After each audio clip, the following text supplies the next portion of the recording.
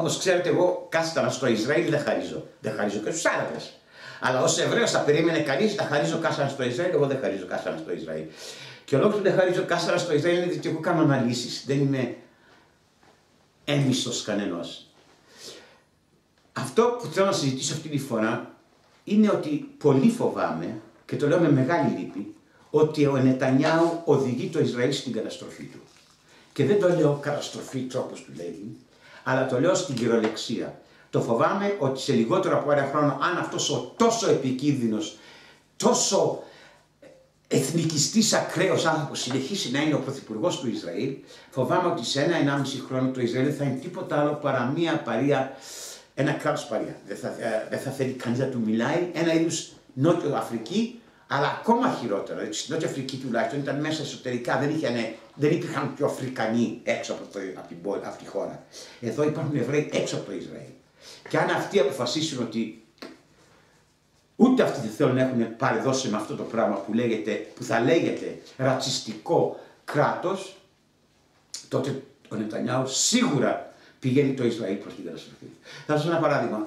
Μάλλον η αφορμή αυτό που σας λέω είναι το τελευταίο επεισόδιο που έγινε, όπου αποφασίστηκε ότι ήρθε η ώρα να παραδώσει, να απελευθερώσει μάλλον άλλο έναν αριθμό Παλαιστινίων φυλακισμένων. Ήταν η συμφωνία που έγινε μεταξύ Αμερικής, Παλαιστινίων και Ισραήλ, προκειμένου να ξαναρχίσουν οι συνομιλίες υπό την καθοδήγηση του Κέρι, του Αμερικανού Υπουργού Εξωτερικών. Και ενώ όλα πηγαίνανε εντάξει, ξαφνικά ο Νετανιάου είπε ναι, εγώ θα δώσω όπως πρέπει τους φυλακισμένους, τον αριθμό των φυλακισμένων θα τους απελευθερώσω και θα τους δώσω στους Παλαιστινίους, αλλά παράλληλα δίνω και καινούρια άδεια, δεν ξέρω, 8.500 κατοικιών να χτίσουν στη Δυτική Όχθη. Που είναι σαφές ότι είναι ίσα ίσα να τους μπει στο μάτι. Δυστυχώς λοιπόν το είχα πει πριν από 2 χρόνια. Τότε είχα την εντύπωση, σήμερα πια είμαι πεπισμένος. Ο Νετανιάου δεν θέλει να κάνει καμία παραχώρηση στους Παλαιστίνιους. Το όνειρο του Νετανιάου είναι, εάν μπορούσε να είχε πάρει τους ανθρώπους, τους Παλαιστίνιους, να τους είχε μεταφέρει όλους δια της βίας στην Ιορδανία ή όπου στο διάλογο θα ήθελε και να κατακτήσει όλη τη Δυτική Όχθη. Αυτό για τον Νετανιάου είναι το όνειρό του. Αυτό είναι το όνειρο το οποίο το κληρονόμησε βέβαια από τον πατέρα του, ο οποίος ναι, μείνει ντοκτορά και πέθανε πριν από 1 χρόνο, αλλά ο άνθρωπος ήταν εθνικιστής του κερατά, γι' αυτό και δεν μπόρεσε ποτέ να κάνει ακαδημαϊκή καριέρα στο Ισραήλ, διότι ήταν τότε, ανθούσε η αριστερά στη δεκαετία του 50, 60 και 40 και αναγκάστηκε να φύγει, διότι οι ιδέες του ήταν ιδέες του βαριού. Αυτός λοιπόν είναι επηρεασμένος από αυτόν τον πατέρα του και γι' αυτό και δεν μπορεί να ξαγιστρωθεί από αυτήν την ιδέα ότι δεν πρέπει να υπάρχει Παλαιστινιακό κράτος. Το γεγονός ότι εάν δεν υπάρξει Παλαιστινιακό κράτος, τα παιδιά του, τα εγγόνια του, τα ανήψια του θα σκοτώνονται καθημερινώς είτε με τρομοκρατικές ενέργειες είτε σε επιχειρήσεις που θα αναγκάζεται να κάνει ο στρατός, δεν τον ενδιαφέρει. Δεν το έχει καταλάβει καν.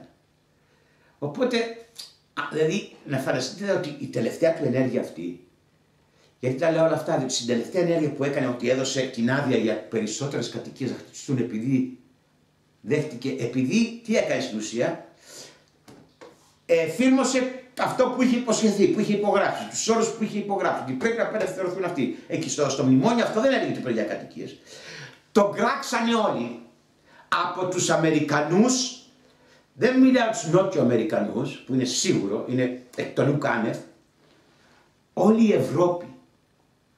Όχι μόνο αυτό, αλλά υπάρχουν πια εβραϊκές φωνές, όχι εκτός όπως είμαι εγώ ή διάφοροι άλλοι, αλλά μέσα στο Ισραήλ, που αρχίζουν πια και λένε ότι ο άνθρωπος αυτός είναι επικίνδυνος.